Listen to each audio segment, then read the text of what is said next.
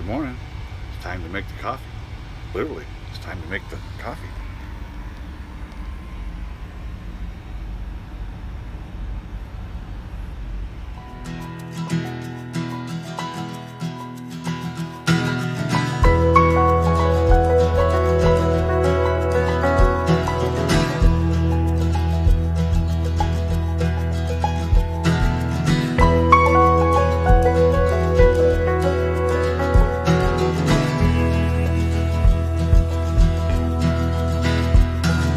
California coastline, midday Texas sun, misty rain in Smoky Mountain,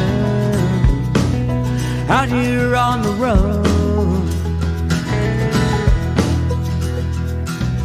Lights of New York City, streets of Boston town.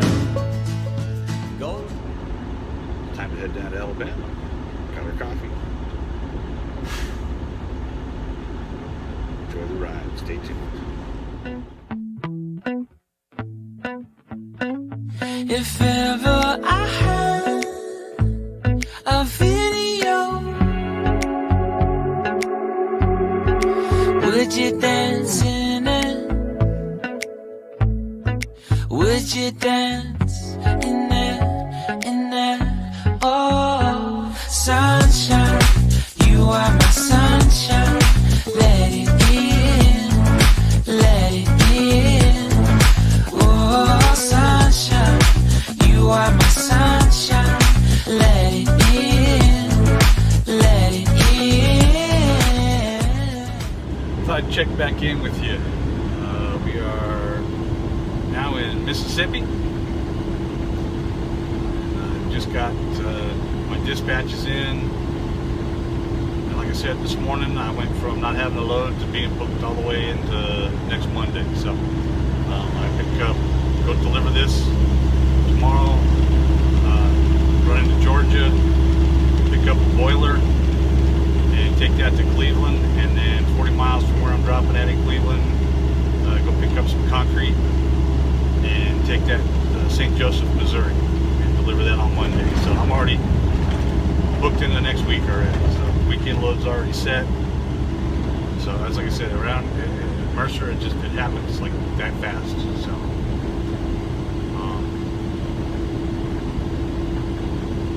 rate coming out down here is not great. This will be a lesson learned to stay away from. I mean, I live in Florida. I'm the Florida flatbedder, so I know what the rates are. But I kind of figured being not going into Florida, it wouldn't be so bad. And it kind of took my coordinator by surprise too, that the rates were kind of low. So it's livable. But my rate coming out of Cleveland, going to St. Joseph, is like $2.44 a mile. So that makes up for it there. So it makes me happy. Still, what that'll do is put me at basically still over $2 a mile for all miles. So can't complain there. But it's been a nice day. No weather, so it kind of makes it nice. Light on traffic. I'm down here on US 78. Gonna cut this down through Birmingham, Montgomery, and head on down to get this off in the morning. So haven't decided where I'm going to stop at yet. Need to stop here soon.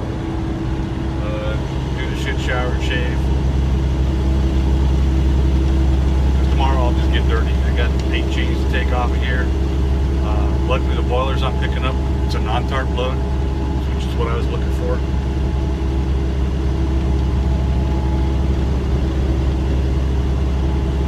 So we'll update you some more in a little while, man. Be safe out there. Things are changing. One thing about trucking, you got to be fluid, that's for sure. The load that I was going to pick up in Georgia going to Cleveland, it was a boiler, and where I was taking it to, they say they couldn't get it off until like next Wednesday.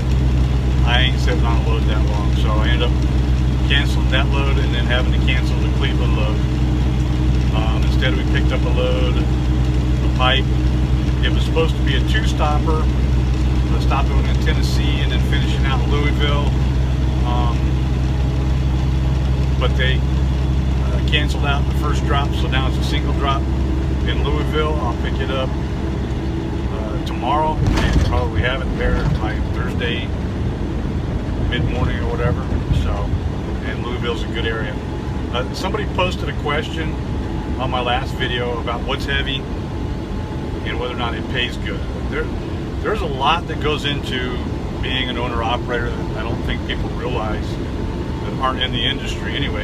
And there's some that are in the industry and they don't realize it. But I looked at the loads down here, and normally anything right outside of Florida pays pretty good. Right now the rates down there have kind of dropped. Even my coordinator was shocked that they dropped that low. But you have to look at the weight that you're going to carry. I can carry up to 48,000 pounds with my truck, and I don't mind carrying 48,000 pounds. It's got to be what goes into play is the terrain that I've got to go over. If I've got to go over the Appalachians with 48,000 or over the Rockies with 48,000, that's a lot of money I'm going to be spending in gas, because my fuel mileage is just getting a tank. Whereas if I can go and get a load that's basically going the same direction and it's only half that weight, I'll take the one that's half that weight. When looking at loads, it comes down, where are you picking up? What are you picking up? Do I have to tarp it? Is it a 4-foot tarp, 6-foot tarp, or 8-foot tarp? When am I picking it up? Am I picking it up first thing in the morning, which I don't mind tarping? Or is this place only going to take me at 3 o'clock in the afternoon when it's 102 freaking degrees outside and have me out there running a tarp? I've turned down loads that look like that just because it takes me 2 hours of tarp. It can take you 3 hours of tarp. So there's a lot that really you got to look at. Areas that you're going into. Sometimes a load's paying really good, and the first thing you got to look at is, why is it paying that good? Where's it going? Is it going into the middle of nowhere in Arkansas, or in the middle of Kansas, where you're going to have to drive 6 hours to go get your next load? That's why it pays that low. I've taken loads. Colorado is an example. I'm from there. I love it. I got family there.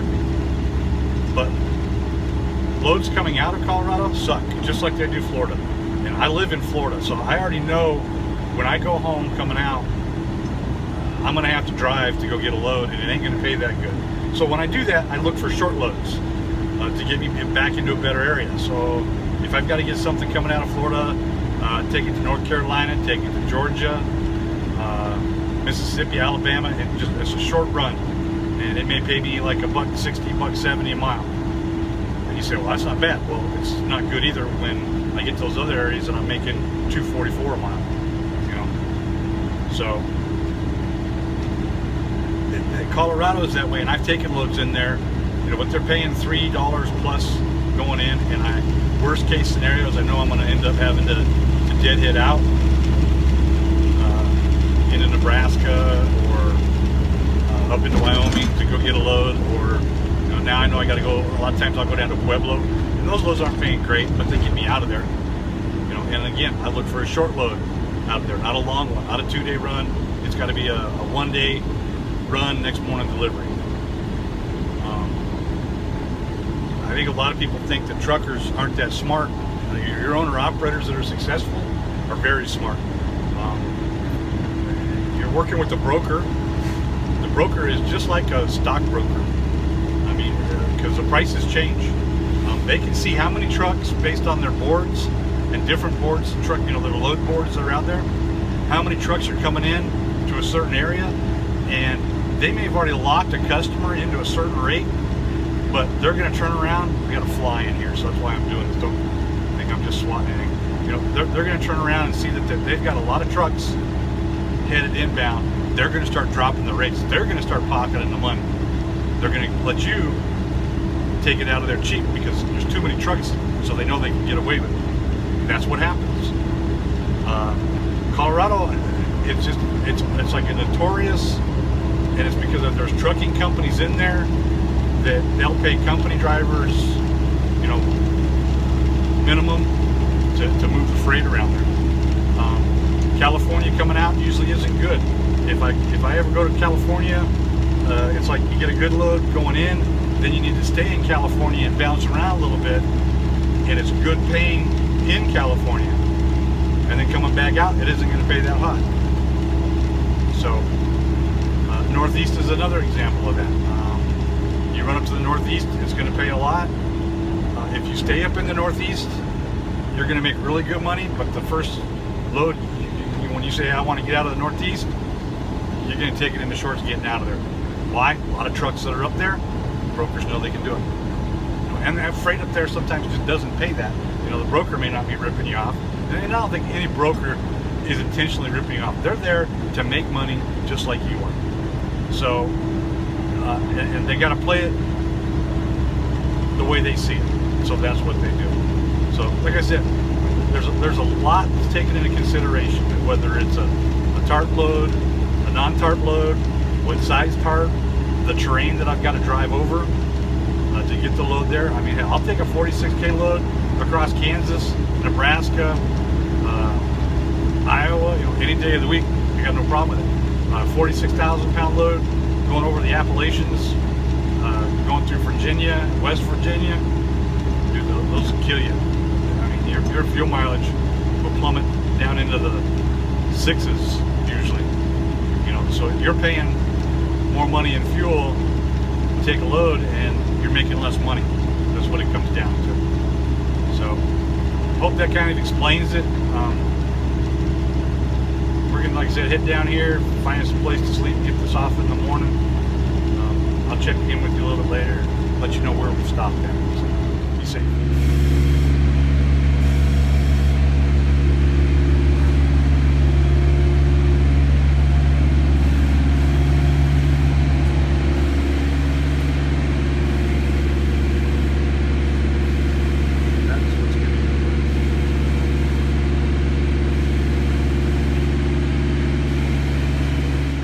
At the shop, getting the APU fixed. Looks like the starter is what has gone out. So luckily they had one in. I went and picked up my next load. I actually dropped it over here on the side and brought it in here. I was going to take it to Indy, but I called them up and they were just too busy. He's still working on stuff from last week. So I happened to drive by this place on my way. And seen it set in here. It's in Dothan, Alabama, Thermal King, and so I called them up when I was getting loaded, and they were like, "Yeah, just come on by." So I came over here. Over there at the trailer, I dropped it. They pulled me right in and got right on it. So I can get this hopefully fixed today. It'll be done today, and then I'll hook up and start heading towards Louisville, and hopefully be able to drop that load tomorrow and then pick something up for Friday. Hopefully the APU's working. So I'm gonna spend a lot of money on it, so let's hope so. Anyway, I'll check back in with you guys a little bit later. We're in Alabama, US 231, headed for Louisville now. I got the pipe loaded up yesterday. As you see in the footage, I was getting the APU worked on. It took them about 2.5 hours just to change out that starter. And of course, it started right up for them, you know, when we're there. So then we shut, you know, I got it started and shut it down so that they could close it all up. And before I go in to pay for it, we start her back up again. It runs while I'm inside. Get it all paid. The bill for that was $585 to get this starter replaced. Not cheap. So I drive down to Love's. I'm like, I'm going to go ahead and shut it down there.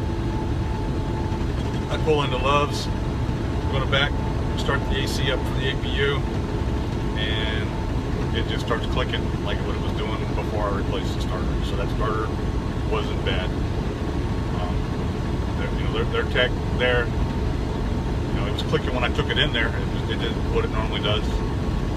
And you know, he thought the starter was bad, but I got under there last night and really didn't do anything. I just open it up and move some wires around. I took the positive cable off the battery and basically ran a steel wire brush over it and that the terminal, and put it back on there, and then came in and started up. It's still tripping the inverter. Like last night at midnight, it tripped the inverter, so I had to shut the inverter off. And it kind of kills because I got the fridge, but luckily the only thing I've got in there is water and Gatorade. So I had some orange juices. I had ice in the freezer, so I had to pull the cooler back out, throw the ice into the cooler, and the orange juices in there so they wouldn't go bad. And then when I start the truck up, APU shuts off, start the truck up, start the inverter back up again, and it works fine. So I know I got a problem there with the alternator, so that's going to be the next step, is the alternator. And I'm going to rewire. When Prime put the APU in, instead of running a cable directly to the battery, they did a splice. And on battery cables, that's not a good thing because it can create heat where the connections are at. And then when I was having this same issue before and I took it to Thermo King in Miami, he said that it was the negative cable where they'd spliced it, and he spliced it again. So on the negative side, it's got two splices in there. So I'm going to see today if I can get some cable. I don't know if TA carries it or not. I'm going to stop at a Petro before Louisville. I'm not going to deliver this till in the morning. Stop there, see if I can get some cable. If I can, then I'll work on that this afternoon and evening and replace that cable. And I'll look at some other cables that are under there that I may just replace. Because I found stuff that was running like near the exhaust. That stuff can heat up and it won't necessarily melt the insulation that goes around the wire, but it can make the wires inside brittle and cause them to break, and that could be what my issue's at. So we'll get it figured out. It's just going to take time, a little bit more money, it seems. So probably, like I said, I'm probably going to have to end up replacing the alternator, which I can do myself. I'm not going to pay Thermo King to replace it because I know that alternator's not going to be cheap either. So we're probably looking at another $300-400 just for an alternator, just because it's proprietary, But anyway, we're gonna head on down the road and check back in with you a little bit later.